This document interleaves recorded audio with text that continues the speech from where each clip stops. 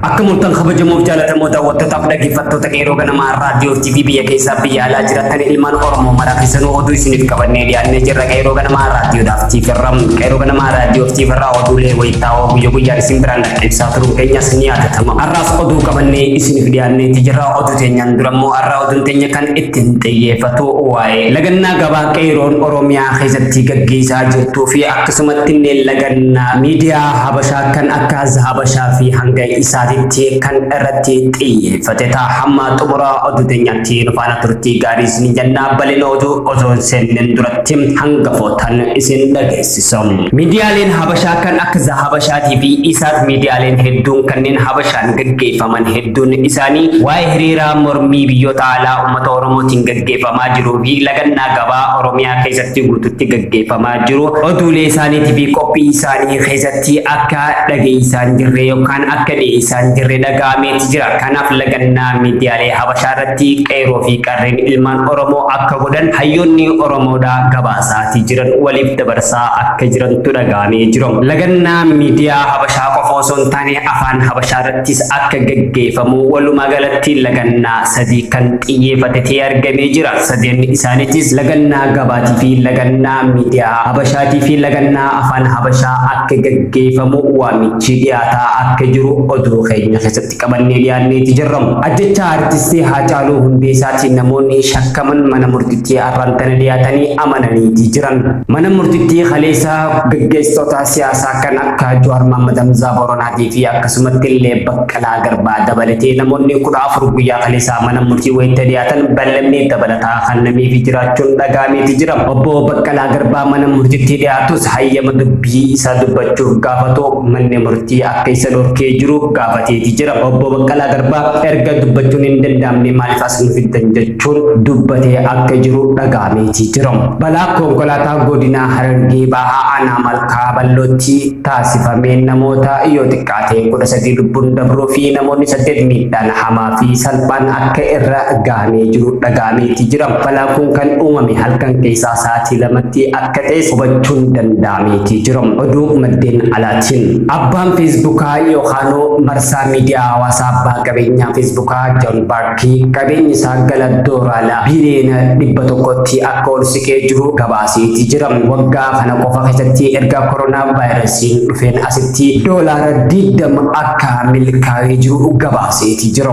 Oduu ispoortiitiin guyyoota 149 boodatti Shaampiyoons Liigiin Awurooppaa tapha ardiirratti hawwatamaa ture yeroo ta'u sababa koronaa vaayirasiitiin adda citee kan ture guyyaa rantanaa kan gaggeeffamu magaalaa Poortugaal istaadiyoomota adda addaatti taphattoonni 16 kan gaggeeffamu arraa boruuf ta'ee argameeti jira.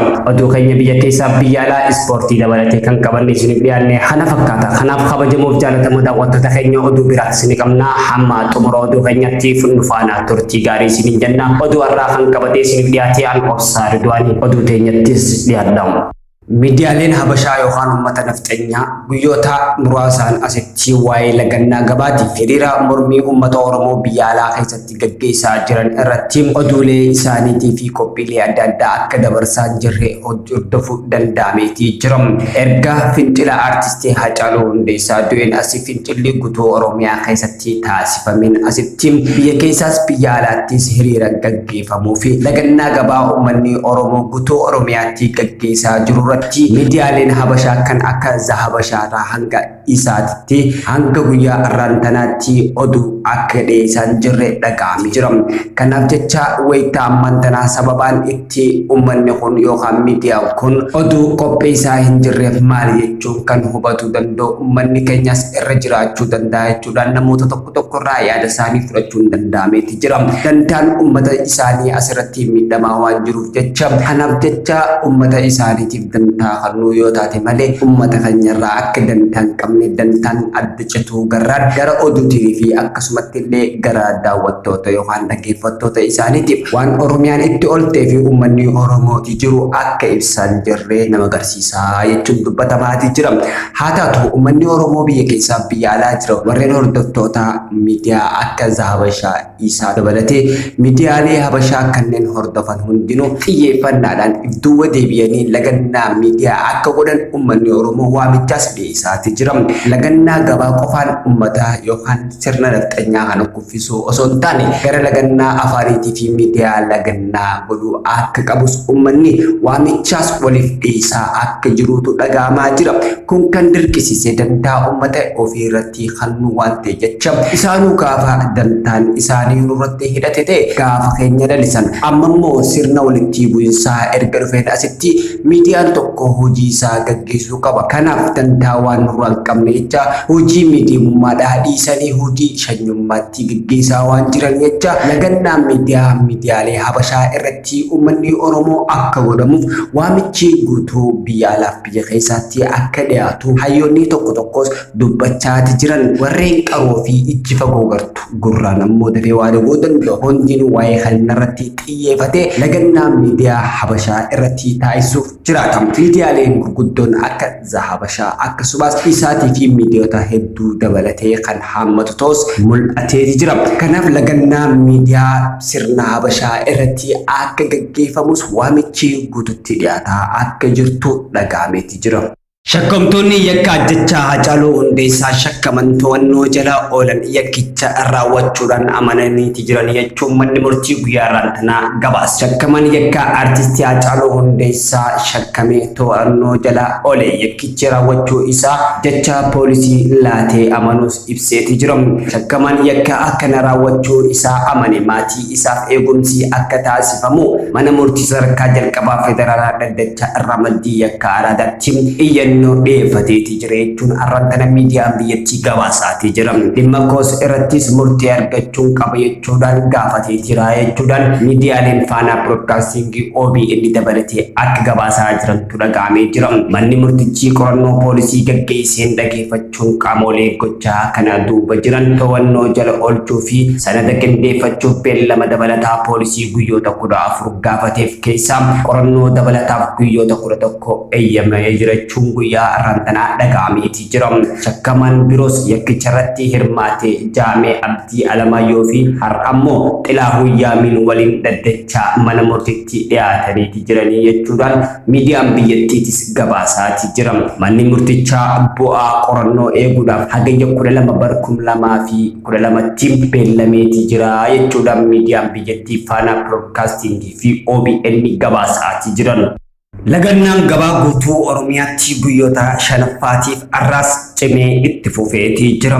Lagannaan gabaa kan qoqqobbii dinagdee irratti haayuu bittaaf gurgurtaa akkasumatti illee lagannaa gabaa kan daandiiwwan cufuu konkolaataan tokkolleen akka oliif gad daldala irratti xiyyeeffanne kan taasifame guyyaa 5ffaasaa arraas itti fufee ooleeti jira. Lagannaan gabaa kun mootummaa hokkeetti akka dhiibaa jirus argamaati jira. Mootummaan guyyaan gara guyyaatti yaada isaa jijjiirrachaa dhufus uummanni yookaan qeeroon irraa fudhachuu hin dandeenye. Haa ta'u guyyoota hanga kana keessatti mootummaan kasaaraa hamaa keessa akka galuutu dhaga'amaa jira. Qaala'insi jireenya magaalota gurguddoo akka Finfinnee magaalota hedduu keessatti ol idaa akka jiruutu dhaga'amaa jira. Kunuu kan seenu waan hin jirrecha kanneen duraan magaazina turan gabbaanii qaala'aa akka jirantu dhaga'amee jira. Kanaan tarkaanfiin kun guyyoota 5 har'a erga ga'e gara kanaan guyyoota 5 akkanaa yookaan dabalatu ta'e mootummaan fadhiisaatiin aangoo gadhiisuu fi kan dirqamsiisus ta'e argameeti jira. Kanatti qeeroon biyya keessaa biyya alaa keessattuu kanneen konkolaataa gara Jabuutirraa seenaa turan akka hin seenne haala cimee dhorkamaa akka jirutu dhaga'amee jira. Bobaan wayitaan mantanaa biyyoota ollaarraa gad seenu akka hin seenne dhorkamaati jira. Kanaaf guutuu Oromiyaa keessatti lagannaan gabaa daandiin cufuun hagayya 3 bara 2020 jalqabe guyyaa irraantanaa hagayya 7 bara 2020 geeti jira. Guutuu Oromiyaatti lagannaan gabaa kana mootummaan dadhabsiisuun kufaatii hamaa keessa kan galu yoo ta'u damdabachuudhaaf ammoo mootummaan yeroo dheertus akka irraa fudhatu ni ta'a. Qabsoon qeeroon karaa gabaabaa ittiin gaggeessitu kan ta'e argameeti jira. Qeeroof qarreen biyya keessaa wal ta'uudhaan hanga guyyaa irraantanaatti lagannaa gabaa wayitiitti jiran kanatti arraas hiriirri mormii uummata Oromoodha. Keessattuu dubartootaan gaggeeffamu magaalaa Jarmanii fi Oslottis kan gaggeeffamu ta'ee ta'ee argameeti jira. Qabsoon Oromoo biyya keessaa biyya alaattis finiintee waan argamtu jecha carraa kanaan booda uummata Oromoo diinni miidhuu danda'u argachuu danda'u jechuudhaan uummanni Oromoo mirga isaa falmachaa kan jiranii fi sagalee isaa kan dhageessifachaa jiran ta'ee argameeti jira. Manni murtii federaalaa sadarkaa jalqabaa ramaddii araadaa daddachii yakka tokkoffaa qorannoo duraa abbaan alangaa iyyataa akka adeemsifamu murteesse. Galmee qorannoo duraa kana keessatti obbo Jawaar Mohaammed, obbo Baqqalaa Garbaa, obbo Hamzaa Booranaa, gaazexeessaa OMN Mallas Dirribsaa, Yaalam Warqaa Asaffaa, Geetuu Tarraffaa, Taamiraat Hussein, Bashiir Hussein, Shamshuddin Xaatii fi Daawwit Abdataa, Sabbooqaa Qaaqoo Kennee Duuchee, Boggaalaa Dirribsaa fi Boonaatti Bilee walii namoota 14 keessatti ni argamu.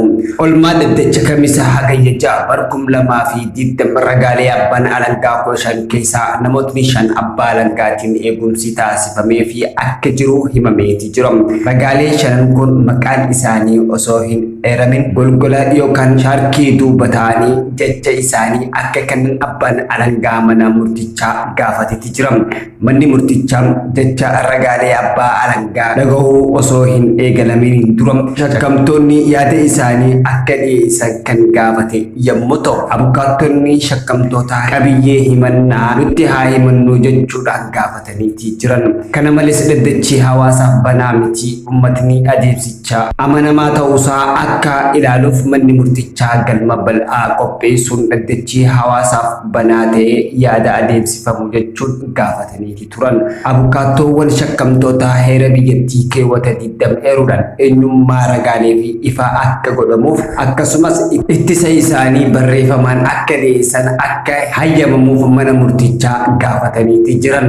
Dhumarrattis abukaattoowwan yaada isaanii dhiyeessuudhaaf beellamni yeroo gabaabaa keessaa akka kennamuuf gaafataniiti turan. Gama biraatiin abbootiin alangaa qorannoo duraa jecha ragaalee reefuudhaan ol kaa'aniif malee kan falmii itti adeemsifamu waan hin taaneef qabiyyeen himata shakkamaa yookaan abukaattoowwan himannaa hin qabu jechuudhaan mormiin hubataniiti jiran. Himatni hundaa'e falmii waan hin eegalamiifis dhimmi daddachaa banaa yookiin cufaa yoo ta'e jechuun yaada yeroos hin eegganne ta'uu kaasanii falmaati turan. Daddachi yaada garee lamaanii erga dhaggeeffateen booda yaada abukaattoowwan shakkamtoota qabiyyee himatan nuti yoo himamu ragaaleen ifatti haadha gaaman je'us kuffiseeti jira.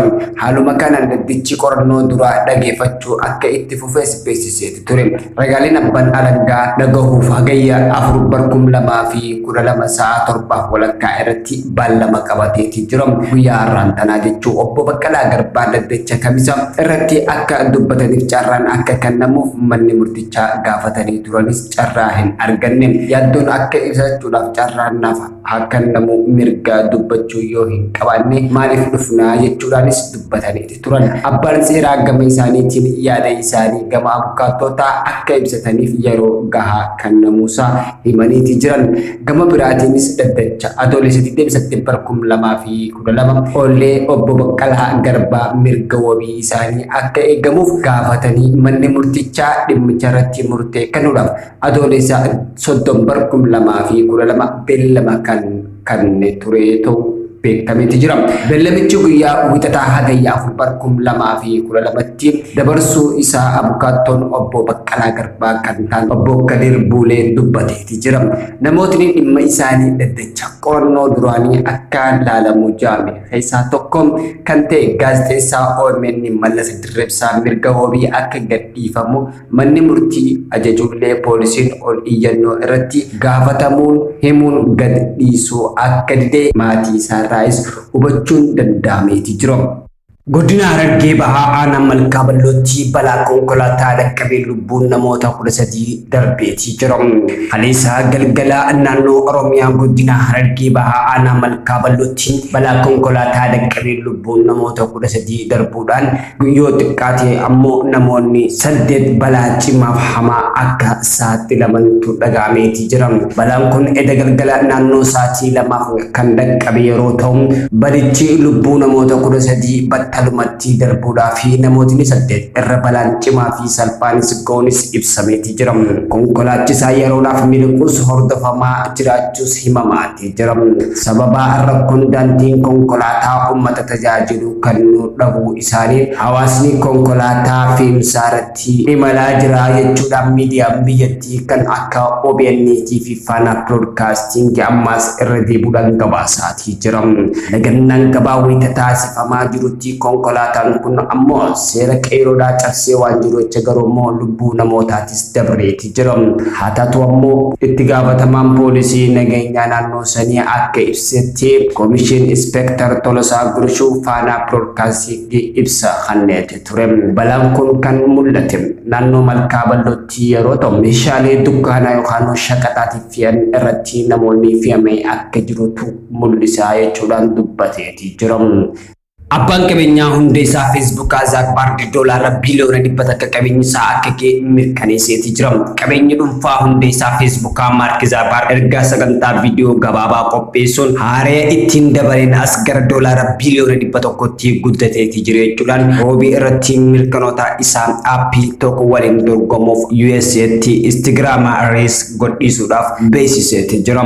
Markiin qabeenya isaa kan argatu adda kilabii Saantibileen jaamuun beekamuun kan akka hundeessan Amazon, Jeff Bezos fi kan Microsoft Bill Gates of keessaa qabutti makameeti jira. Dhaabbileen akka Facebook, Amazon, Apple fi Google sababa coronavirus sochii ugguramoo irraa bu'aa argatanii sababa dhorkii kanaan namootni hedduun tajaajila adda addaa intarneetii fayyadamuun eegalaniiti jiran. Waggaa kanatti qabeenyi dhuunfaa Mark doolaara biliyoona 22 kan dabale yeroo ta'u kan Jeff ammoo doolaara biliyoona 75 dabaleeti jira jechuun gabaasni biliyoon maarkets ibseeti jira. Oduu ispoortiitiin taphoonni Champions League Awurooppaa ji'a shanaffaan booda taphoota deebi'anii marsaa kilaboota 16 hirmaachisu arraantanas ni eegalama. Bitootessa 11 shaampiyoonaan waltajjicha Liverpool Anfield Roodiitiin Atletico Madrid mo'amuun waltajjichaan alaa erga ta'een booda sababa tamsa'ina vaayirasichaatiin koronaatiin addaan citeeti ture. Ergasiin taphoonni liigii ardichaa guutummaan guututti bifa jechisiisuun addaan citeeti ture. Ji'a sadiin booda liigoota gurguddoo Awurooppaa keessaa hedduun deebi'uun taphatamuun goolabameeti jira. Dorgommiin waltajjii Awurooppaatti jaalatamaa ta'e kun ammoo ji'a shaniin booda yoo deebi'uun caaseeffama haaraan taphoonni nuusaa xumuraatti hanga xumuraatti jiran magaalaa biyya tokkotti istaadiyeemii muraasatti akka taphatamu murtaa'eeti jira. Magaalaa Portugaal Lisboon waltajjii guddaa kan qopheessuuf magaalattii yeroo taatu gaafatamummaan kennamee fi dorgomsiiftuu jechuudhaan eegamaati jira. Istaadiyeemiin Benfica Dul Izzi kan Sporting Lisbon istaadiyeemii fi Jose Avelino immoo istaadiyeemii taphoota kanneen keessummeessan jaamii eegamaati jira. Guyyaa 149 booda mataarraan tanaa tapha deebii marsaa mo'atanii darbuutti bifuma Awurooppaa Champions Leaguetiin beeksisan taphattoonni deebi'ee marsaa kilaboota 16ffaa hirmaachisu istaadiyeemii kilaboota morkattotaatti taphatama jaamee eegamaati jira. Kanaanis Manchester Cityin Itihadiitiin Champions League, Spain Real Madrid Serie Alizing immoo Champions League Serie A Italy Juventus Lios tapha keessummeessan tokko jee bakka dhaabbatetti itti sinnifamu. Dilbata yookaan guyyaa biroo ammoo kilaboonni biroo taphoota deebii marsaa mo'atanii darbuudhaan ni taphataman. Barcelona New Campiti Napoli Bayern Arrenti Chelsea simachuun taphoonni deebii marsaa mo'atanii darbuudhaan kilabni 16 hirmaachisu goolabamuun kilaboonni injifatan Lisbaanitti kan taphataman ta'ee argamaati jira. Tole kabajamoo daawwattootaaf dhaggeeffattoota qeeroo ganamaa raadiyoo TV oduun har'aaf qabannee isiniif dhiyaannee hanga dhumaa hanga oduu biraatti nu wal agarruu kan nagee walitti dhaabbannu ta'a. Oduu har'aa waliinis kan isin faana turaaf saaruudhaanii hanga oduu biraatti waliin dachaanuu nagaan nuuf turaa.